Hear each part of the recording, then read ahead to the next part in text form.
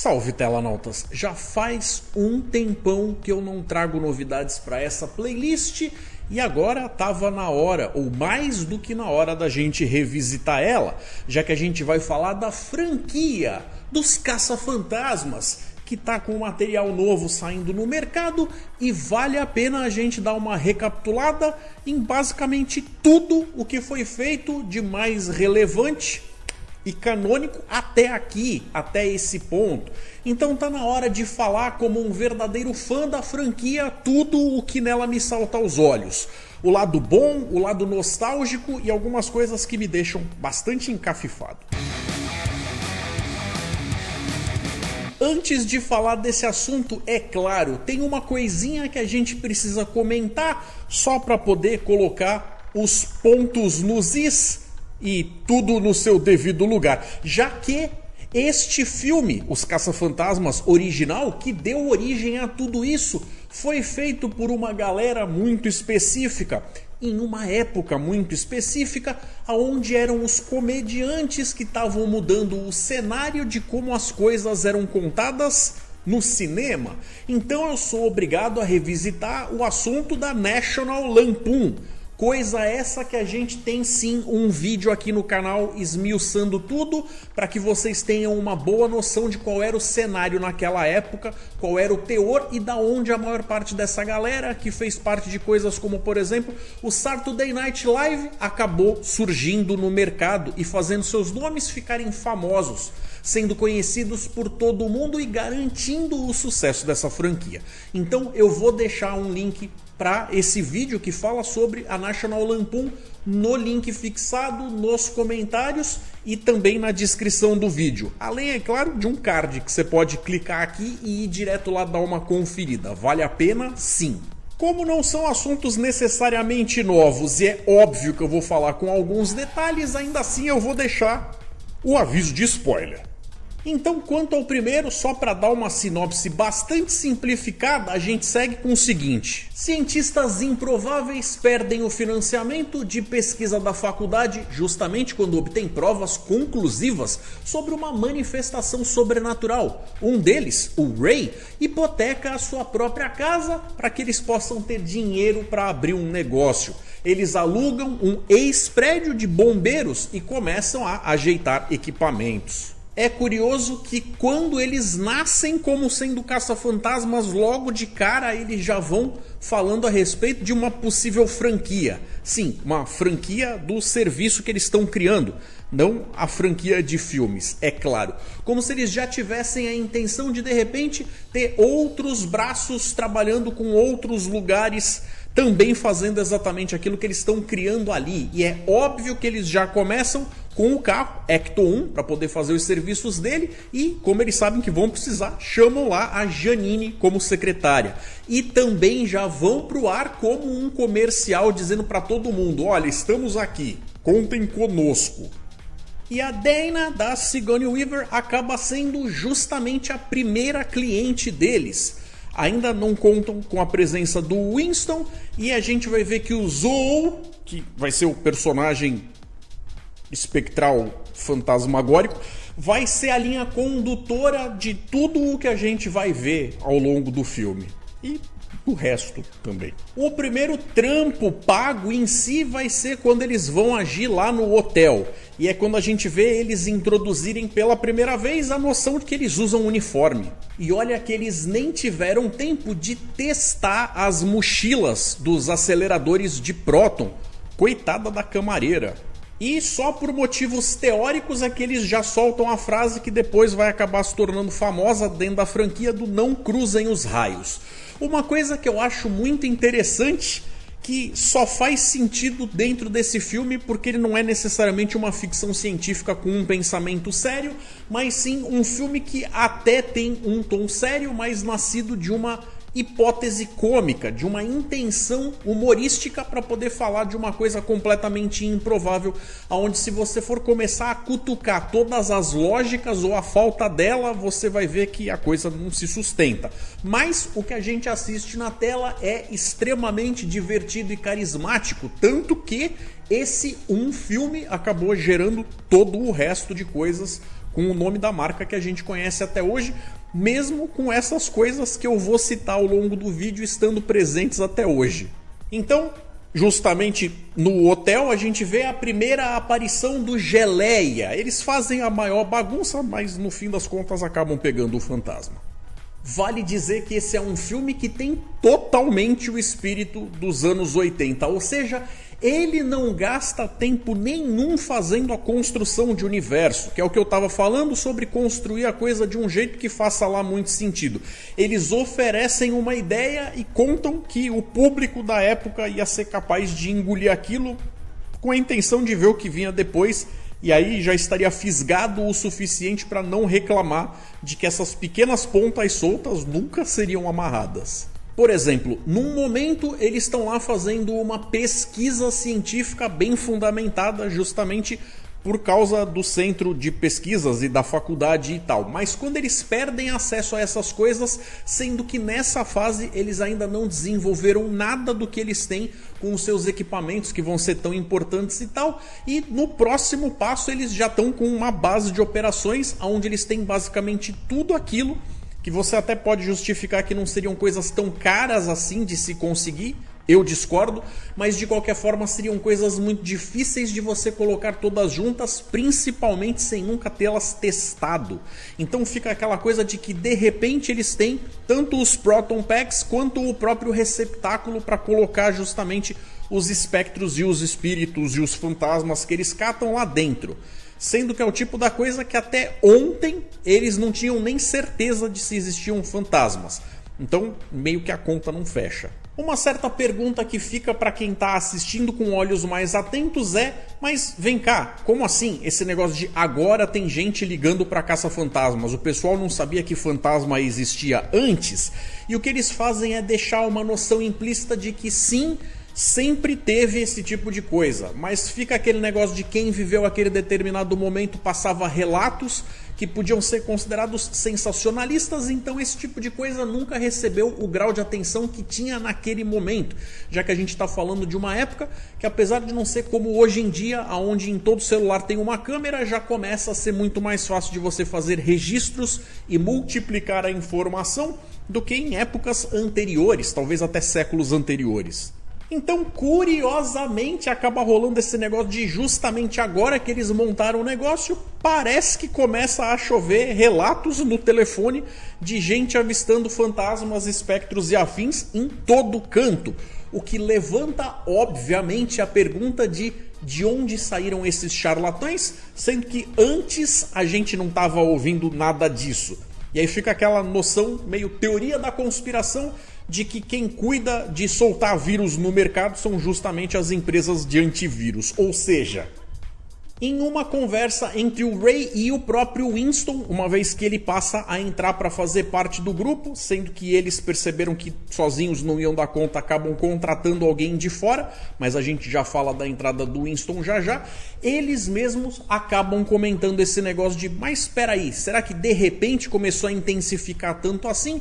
E aí é comentado a respeito de que talvez estejamos nós, da humanidade, vivendo perto de alguma espécie de fim de ciclo. Talvez, quem sabe, até perto aí do início de um apocalipse, vai saber. E aí, para mostrar a ascensão deles, se tornando famosos, conhecidos e bem estabelecidos no mercado, vai tendo lá uma montagem com eles fazendo diversas missõezinhas que a gente subentende que eles estão há bastante tempo no mercado, até o final, na qual eles colocam lá a musiquinha famosa do Ray Parker Jr. Para falar um pouquinho individualmente de cada um deles, a gente começa com o próprio Ray, que é alguém que tem uma mente científica, mas parece que é mais suscetível a querer acreditar em certas coisas e tem um tremendo de um coração fofinho, um coração mole, que faz com que ele, ainda que tenha lá o seu grau de coragem e tal, esteja mais suscetível a querer se enfiar em certas situações, muito mais pela curiosidade e responsabilidade do que necessariamente pelo fato de que ele acha que aquele tipo de coisa seja imprescindível.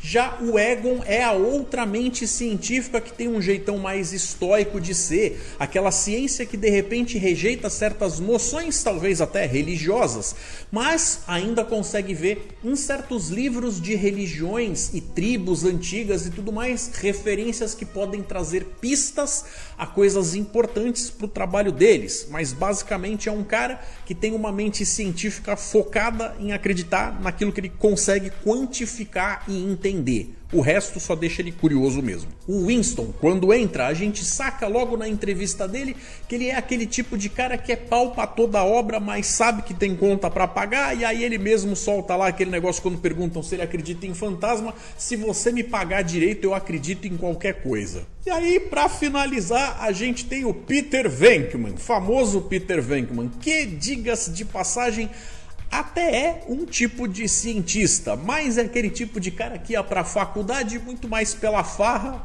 do que a galera fazia no happy hour, do que necessariamente estava interessado na aula e do que o professor tinha pra dizer. Meio que é o cara ali que quer chegar na mulherada, curtir a vida e tudo mais, e acaba usando a sua posição como status pra se dar bem na sociedade. Tem sim muita intenção egoísta, mas também tem um bom coração e um senso de responsabilidade no fim das contas. O problema é que ele é um cara difícil de lidar, porque ele tem uma personalidade complicada, mas é quem traz o charme para a mecânica social do grupo.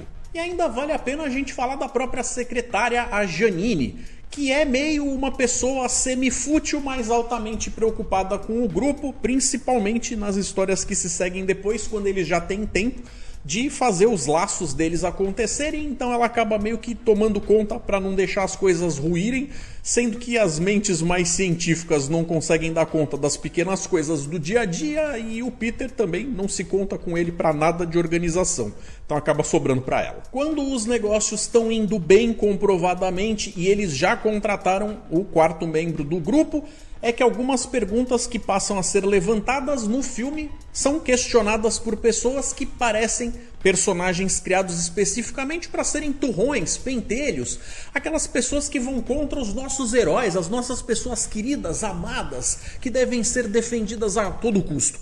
O problema é que essas perguntas fazem sim muito sentido e a gente tem que fazer elas, porque imagina que acontecesse uma coisa como a que acontece nesse filme na nossa vida real e de repente você visse pessoas fazendo e anunciando exatamente as coisas que esses caras anunciam nesse universo ficcional. No mínimo a gente ia fazer várias perguntas esquisitas aí. E, por exemplo, como é que é o alvará de um lugar como esses? Será que eles têm a licença, a capacidade para lidar com esses assuntos que são inclusive muito perigosos? Será que eles são charlatães? Será que eles não estão gerando esses problemas? Que é a pergunta que eu fiz agora há pouco. São coisas que devem sim ser investigadas, mas que ao serem investigadas fazem com que a gente tenha alguns, não necessariamente vilões, mas antagonistas óbvios dentro da trama. Então, aquela pergunta que foi feita mais cedo de por que de repente começam a aparecer sim fantasmas e outras criaturas do interesse desse grupo, agora sendo que não necessariamente estavam lá há tempos atrás.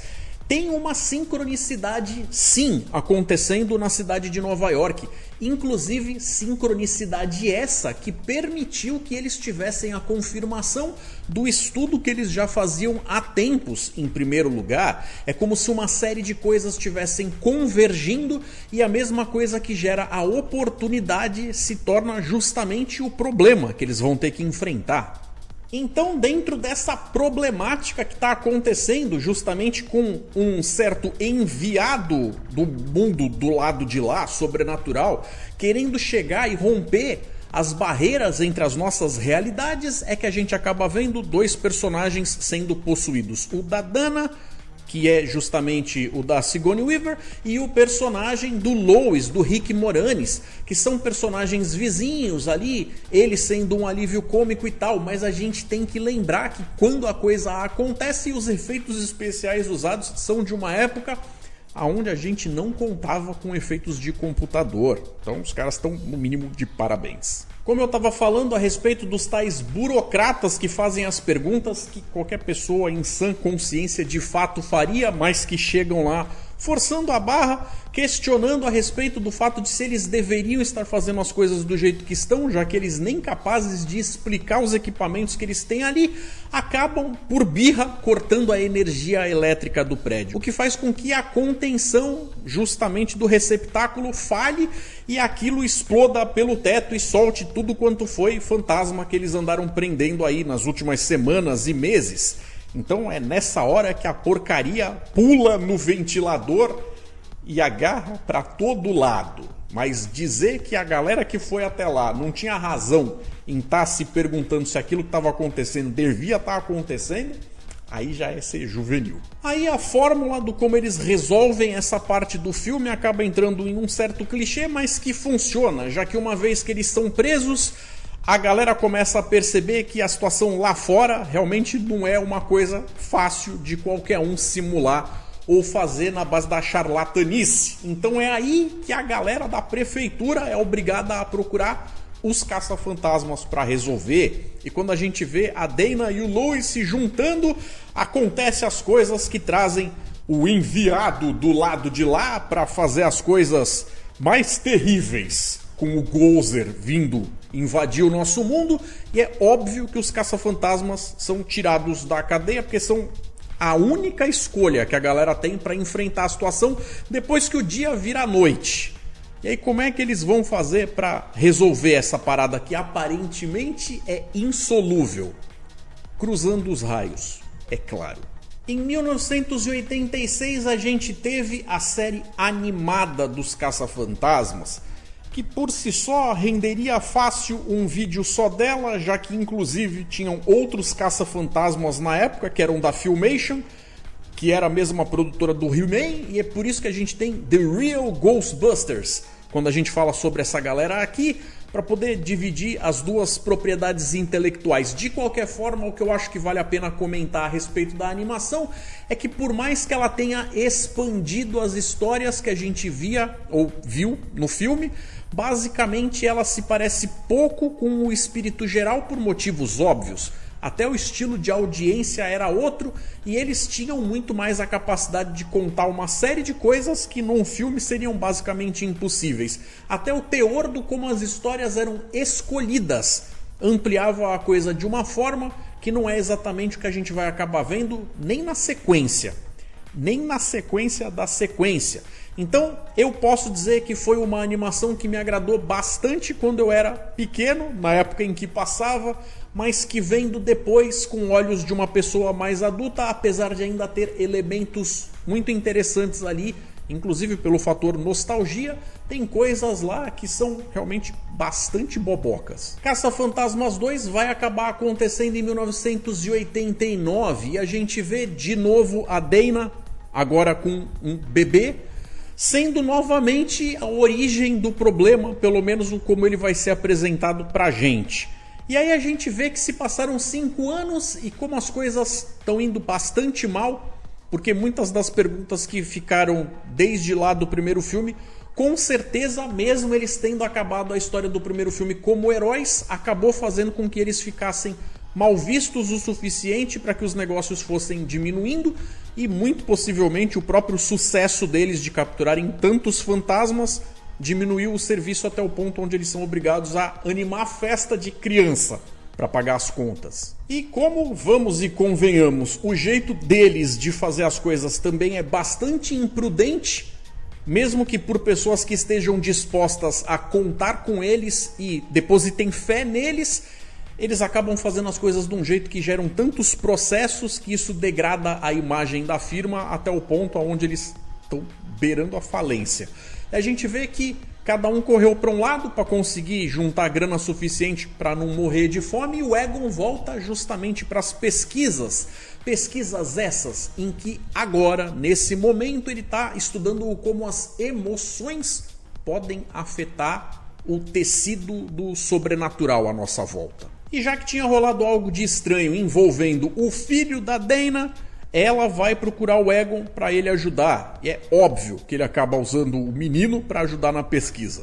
O Peter, por sua vez, acaba tendo um programa nessas emissoras menores, onde ele justamente fala sobre assuntos espalhafatosos, de coisas ali meio tabloide, onde ele explora justamente a graça que ele faz com a cara dos convidados, que ele sabe que tem a ver com o tema, mas que ele mesmo despreza. Inclusive tem um cara lá prevendo o fim do mundo no ano novo. E a Dana tá trabalhando como restauradora de quadros justamente no museu, onde vai ter o quadro que vai gerar o vilãozão problema da vez desse filme. Além de estar junto com o Winston fazendo animação de festinha infantil, o Ray tem a loja de livros dele, livros místicos. Loja essa que a gente vai continuar vendo por bastante tempo depois. Não foi simplesmente uma fase não. A coisa meio que entrou pra ficar na vida do cara. Já que se trata de uma amiga e eles devem um favor, o trio original vai lá verificar o que tá acontecendo no apartamento da Dana, sendo que eles dão uma olhada em tudo, verificam o bebê, aquele negócio todo, e a princípio não encontram nada de muito estranho, então eles resolvem procurar no entorno do prédio. Até que com o contador ectomórfico super tecnológico de fantasmas do Egon, eles acabam encontrando um lugar onde as leituras estão muito elevadas, acima do normal, e aí eles começam a ter que cavar. Hora de apresentar de fato o problema do filme, a gente vê que o carinha escrotinho que trabalha no museu junto com a Dana acaba indo lá ver o que está acontecendo com o tal quadro do imperador, do mandante, do bandidão Vigo de antigamente, que acaba meio que entrando na mente dele e controlando o cara, fazendo com que ele se encarregue de ir catar o filho da Dana para que o moleque sirva como um vaso para a alma do Vigo poder entrar para vir para esse mundo dominar a parada toda. Há de se comentar que, de fato, esse vilão em si não chegou a ser a coisa mais carismática desse segundo filme. Inclusive, os atores que fizeram o filme sabem disso. Porque eles sabem que o primeiro fez um baita de um sucesso, o segundo foi meio mal na bilheteria, e eles têm noção, depois de tanto tempo, que parte do motivo é porque a história que gira em torno justamente dessa proposta ficou bem mal escolhida.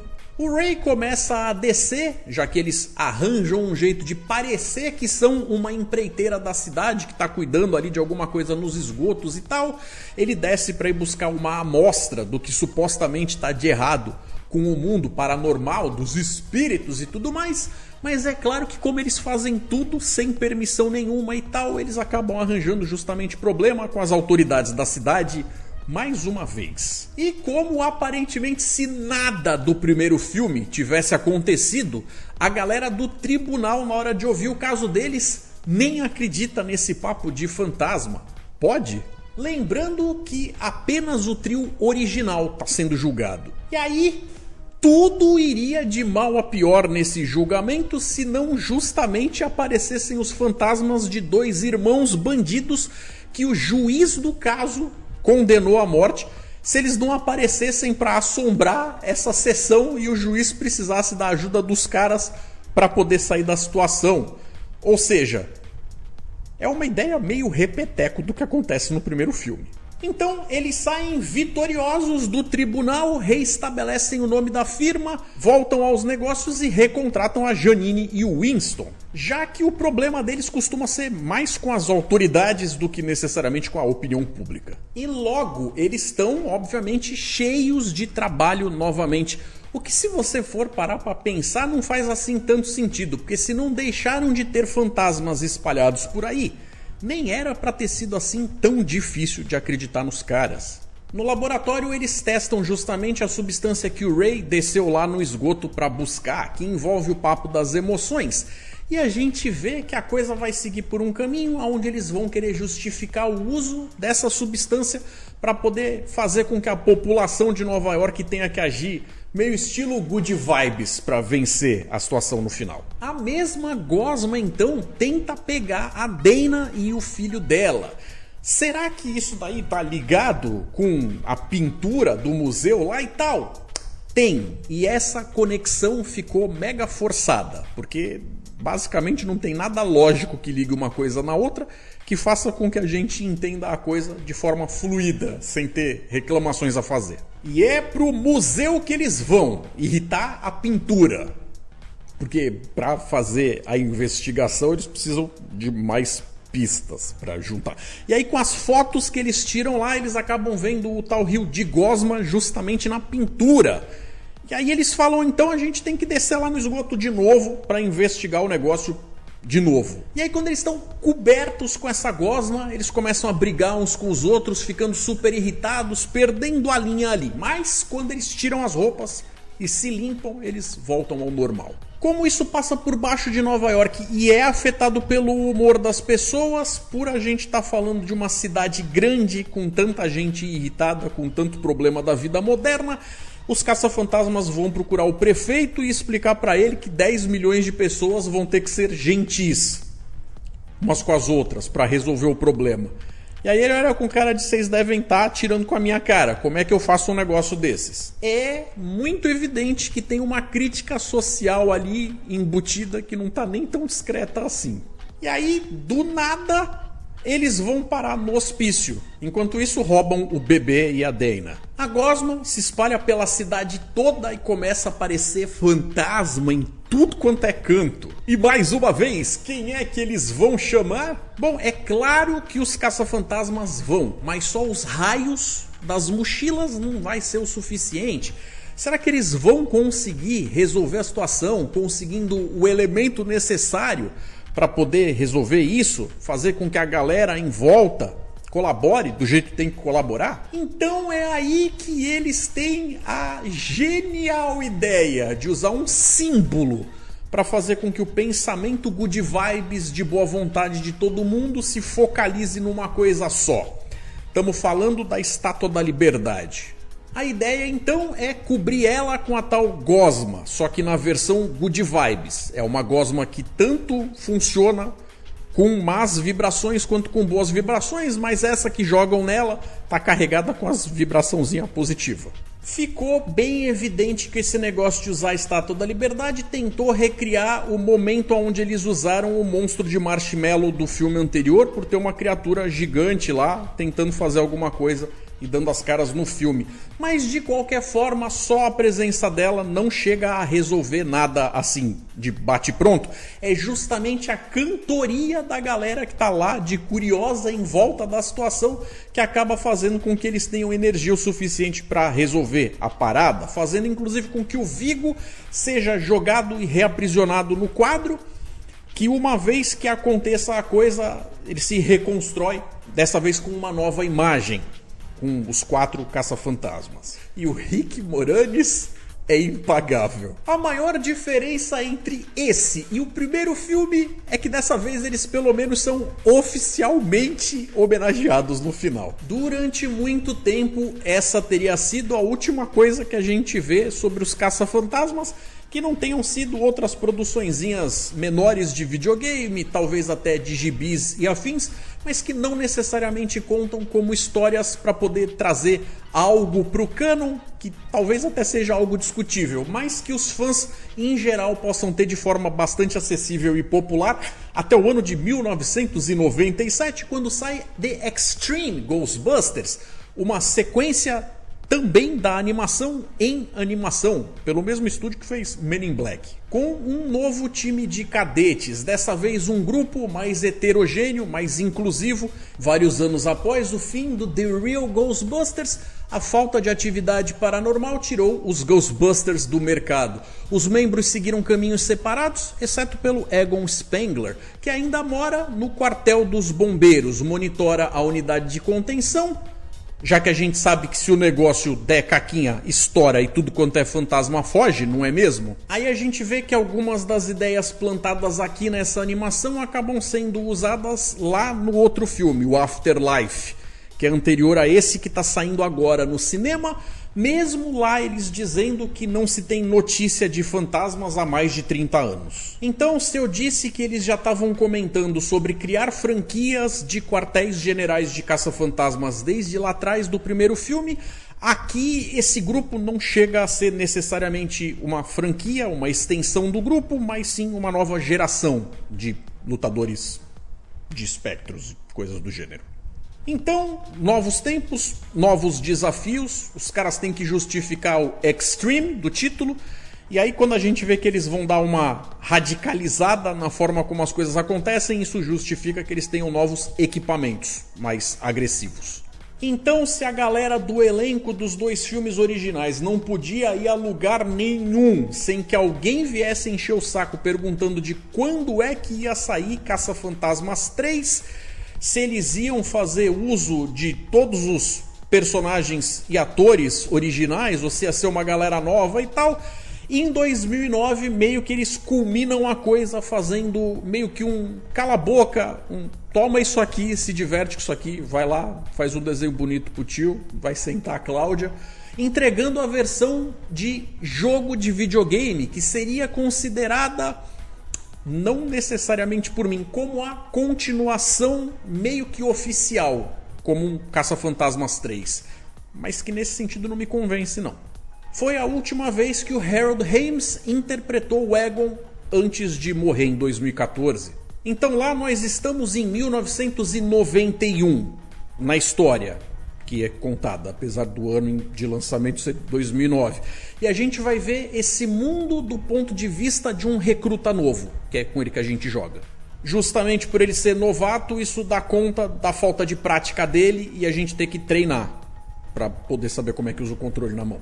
E aí, para enfrentar qualquer bicho, meio que tem uma formuletazinha que a gente tem que seguir, que basicamente tem a ver com enfraquecer o bicho, prender e depois capturar. O Geleia até volta como um figurante ali reconhecível, mas não como um mascote como ele era na animação, que, diga-se de passagem, ele só é mascote na animação mesmo, porque em todos os filmes ele tá lá, mas não necessariamente funciona como um camaradinha que vai dividir responsabilidades e causar problemas, mas ao mesmo tempo ser perdoado porque existe um elo emocional. Nada disso.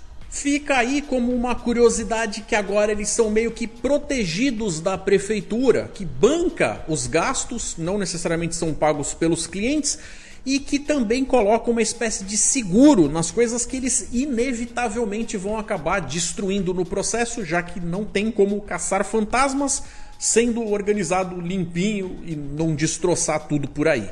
O que já é por si só um avanço de reconhecimento em relação aos dois primeiros filmes. E aí a gente vê que um dos motivos para a galera considerar isso como o final de uma trilogia junto com os outros dois primeiros filmes é que, apesar de nas animações a gente ver uma vasta gama de histórias sendo contadas, inclusive em locais diferentes, tanto os dois primeiros filmes quanto a historinha desse jogo aqui, que mal e porcamente funcionaria como um desfecho para aquela primeira história, volta até a ver com o tal prédio em que a Dana morava lá no primeiro filme, sendo que o tal cara que era o arquiteto, o construtor, fazia parte de um culto que queria trazer o Gozer para o nosso mundo, então já fez o negócio com um formato específico, meio que por baixo ali dos tijolos e tal, incluindo uma arquitetura que facilitava romper a película entre os dois mundos, como se o cara estivesse tentando meio que trazer um senhor de outro mundo pra cá, talvez até com a intenção de, quem sabe, controlar o bichão pra ter poder. Quem retorna também é o Peck, que retorna também inclusive no filme que tá saindo no cinema agora, e eu não sei se a ligação do como ele aparece lá vai estar claramente ligada com o que acontece no jogo. Então eu não sei se necessariamente dá pra considerar o jogo como canônico, mas de qualquer forma ele vem meio que como uma espécie de ponto de ligação entre a cidade e os caça-fantasmas, na posição de PCOC, ou PCOC, talvez ali como uma Paranormal Contract Oversight Commission, ou seja, um aliado indesejado. Então acaba sendo um passo para frente, dois para trás, já que o cara deveria estar lá para ajudar, mas prefere jogar contra os caras, fazendo com que eles tenham muita burocracia para resolver, ao invés de simplesmente deixar os caras trabalhar. Justamente por ter essa ligação com o cara lá que construiu o prédio do primeiro, o filme funciona como uma costura e amarração de todos os três até agora, já que o segundo também tinha coisas que tinham a ver com o primeiro. Mesmo tendo o Vigo, a coisa estava amarrada com toda essa história que meio que parece que está correndo atrás do rabo. Agora, em relação ao jogo em si, a sensação que me dá é que por mais que ele tenha esse negócio do lado da historinha que deveria complementar o que acontece lá nos outros 2 filmes, com algo relevante para fechar a história, na jogabilidade em si a coisa acaba ficando de um jeito onde eles trocam ideias, conversam sobre teorias e tal, mas na prática mesmo é uma série de coisas bastante repetitivas que te levam de fazer aquilo e depois fazer aquilo, só que um pouco diferente na outra parte do jogo, repetidas vezes até o desfecho, o que faz com que o jogo seja meio sacal. No fim das contas, então, o tal do arquiteto Shandor possui o prefeito e acaba usando o Peck como um peão, transformando o receptáculo, justamente o da base, como uma nova fonte de energia para dar conta do que ele queria ter feito no plano original dele.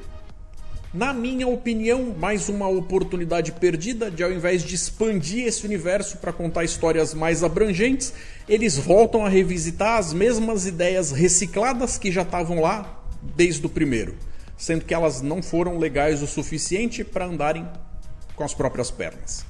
E aí, em 2016, a gente tem o reboot com o elenco feminino, que basicamente reconta a história do primeiro filme lá atrás, mas com adaptações e atualizações, levando em consideração agora a existência de coisas como, por exemplo, celulares e a internet. Só que, se o primeiro, de 84, fez as coisas meio naquelas de confiar que a audiência ia entender e não se preocupou com uma construção tão minimalista, de explicar de onde eles tiram certas tecnologias, como é que eles têm acesso a algumas coisas e tudo mais, esse aqui consegue fazer as coisas de um jeito ainda mais truncado. Não é a mesma história exatamente, mas a historinha nova que eles estão contando aqui, se você for analisar friamente, é baseada em cima dos mesmos elementos e se põe em cima dos mesmos pilares. Como eu falei, o primeiro lá atrás até é lembrado por muita gente como um filme que tem muitos elementos sci-fi, talvez até de terror e tudo mais, mas antes de mais nada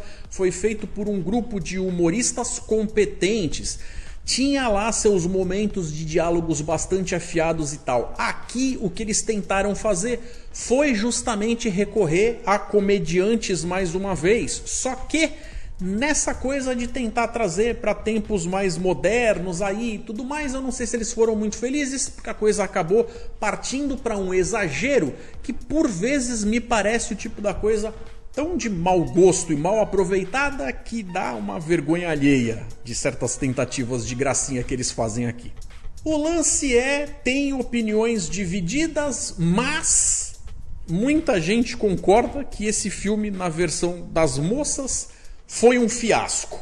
Então, eles acabam tentando dar uma voltada ao que tinha-se antes, e é aí que em 2021 a gente tem o lançamento de Afterlife, que seria uma continuação mais oficial e direta justamente lá dos 2 primeiros filmes, aonde o jogo é irrelevante, basicamente. E acaba funcionando meio como um reboot, meio como continuação. A gente descobre então que o Egon, ao longo de todos esses anos, sempre foi um pai ausente e continuava tomando conta dos assuntos que julgava serem importantes, até o ponto aonde sua filha e netos acabam sendo obrigados a ir receber como herança a casa caindo aos pedaços lá no lugar para onde ele resolveu se mudar. Uma coisa que eu achei bastante curiosa é como justamente os caça-fantasmas em algum ponto da história tendo sido tão famosos, aparentemente essa família parece nunca ter ouvido nada de relevante a respeito deles. Então, como eu tinha dito, nessa realidadezinha em que eles estão aí, a galera não ouve falar de fantasmas há mais de 30 anos. E aí, com uma ajudinha lá do professor, que acaba abrindo a armadilha, o fantasma escapa e vai se enfiar na mina da cidade. Então lembra que eu falei que o primeiro, o segundo e o jogo acabavam tendo a ver com aquele arquiteto e com aquelas mesmas personagens que faziam o universo não expandir? Dessa vez foi basicamente a mesma coisa, porque aqui a gente vê o retorno de personagens que basicamente envolvem o Gozer, o porteiro, justamente o Monstro de Marshmallow e toda aquela quantidade de coisas que tem tudo a ver com o Ivo Shandor, mais uma vez. Pelo menos tematicamente o negócio é coerente, né? E aí uma espécie de subtrama que deixa um mistério extra pra gente são os tremores ali, meio que os terremotos que estão acontecendo na cidade, que a gente descobre que são um alinhamento, como se um portal estivesse se preparando para abrir, para justamente fazer essa ligação entre os dois mundos, finalmente, que se não aconteceu em Nova York deveria acontecer aqui, mas que são impedidos por uma engenhoca que o Egon criou justamente com a tecnologia das mochilas dos aceleradores de próton. E mesmo sem estar lá, ele tá lá, porque a gente sente a constante presença do avô guiando eles através do que vai acontecendo ali em volta.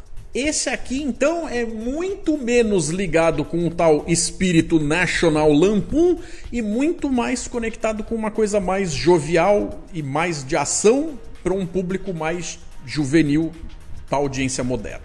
Aonde, ao mesmo tempo que é meio cansativo e broxante, também a gente entende e depois tem como uma espécie de recompensa esse negócio deles terem justamente sujado e manchado a imagem do Egon só para conseguir fazer a gente entender que no fim das contas ele era um tremendo de um herói, mas que também só chegou nessa porque era cabeça dura. Em relação ao filme, vou falar para vocês que eu achei que foi uma baita passada de tocha do elenco original para a galera nova, incluindo uma visita e participação da Sigourney Weaver como a Dana lá no final, de novo. Mesmo tendo perdido alguns dos elementos que você viu nos primeiros filmes, ou talvez no primeiro, que é o que realmente vale a pena e tenha gerado toda a sensação de nostalgia, ele consegue de forma original entreter, evitando certos erros da versão feminina, que nunca me irritou por ser feminina, mas sim por ser um filme ruim. Aqui eles conseguiram fazer um filme muito divertido, que inclusive tem uma cena pós-crédito, na qual eles acabam retornando justamente para o quartel-general. E a gente vê que o Winston, que nessa época já deixou de ser um caça-fantasmas há tempos e foi usar suas habilidades de comerciante, de negociante, ficou muito rico, nunca deixou de ser um Ghostbuster no coração dele. E agora é ele que vai financiar a bagaça, tipo, virou o Batman da coisa. Então nessas eu fiquei sim bastante empolgado para esse filme novo agora, do Império congelado lá, do Frozen Empire, que eu não sei se vai ser tão bacana quanto esse foi, se vai me divertir tanto quanto esse me divertiu, mas finalmente eles vão ter a chance, ou espero que usem essa oportunidade, de se afastar de certas amarras de coisas que todas giravam em torno do mesmo assunto, aprendendo com certos sucessos das animações, ambas, levando a história a abranger coisas diferentes do mesmo arquiteto que tretava lá com esse negócio de ficar enfraquecendo a barreira entre o nosso mundo e o mundo do Gozer, agora podendo contar coisas novas. Sendo que a animação original durou tanto tempo e a segunda também não foi assim tão curtinha, e elas tinham sim sua qualidade narrativa, inclusive dramática. Que não é simplesmente pelo fato de que eram animações, não eram legais, não eram divertidas. Então, isso foi a minha recapitulação a respeito da franquia, dos motivos pelos quais a gente lembra com tanto carinho, estarem muito mais ligados ao que a gente sentiu vendo o primeiro filme do que necessariamente na qualidade individual das histórias que se seguiram, mas como qualquer universo com coisas que a gente gosta, sempre é bom revisitar. Porque é que nem pizza, mesmo fria é boa. Então é isso, eu acho que eu cobri tudo de mais relevante a respeito dessa franquia até aqui. Tá saindo aqui no Brasil com um certo atraso em relação aos Estados Unidos, o filme novo, o qual eu pretendo o mais rápido possível assistir, e aí eu venho agregar ele como um review individual também. Espero que vocês tenham gostado. Se gostaram, deixe o like de vocês, considerem se inscrever no canal. Se vocês têm comentários a respeito dessa franquia, do como vocês se sentem em relação a ela, desde novos, ou se vocês são novos e conheceram ela há relativamente pouco tempo, o que vocês acham, inclusive desses últimos filmes que estão sendo lançados para revitalizá-la. Tô no aguardo esperando saber de vocês aqui nos comentários. Vou ficando por aqui. Fiquem com 2 sugestões de vídeo para seguir acompanhando o meu conteúdo. Um forte abraço, galera. E até mais.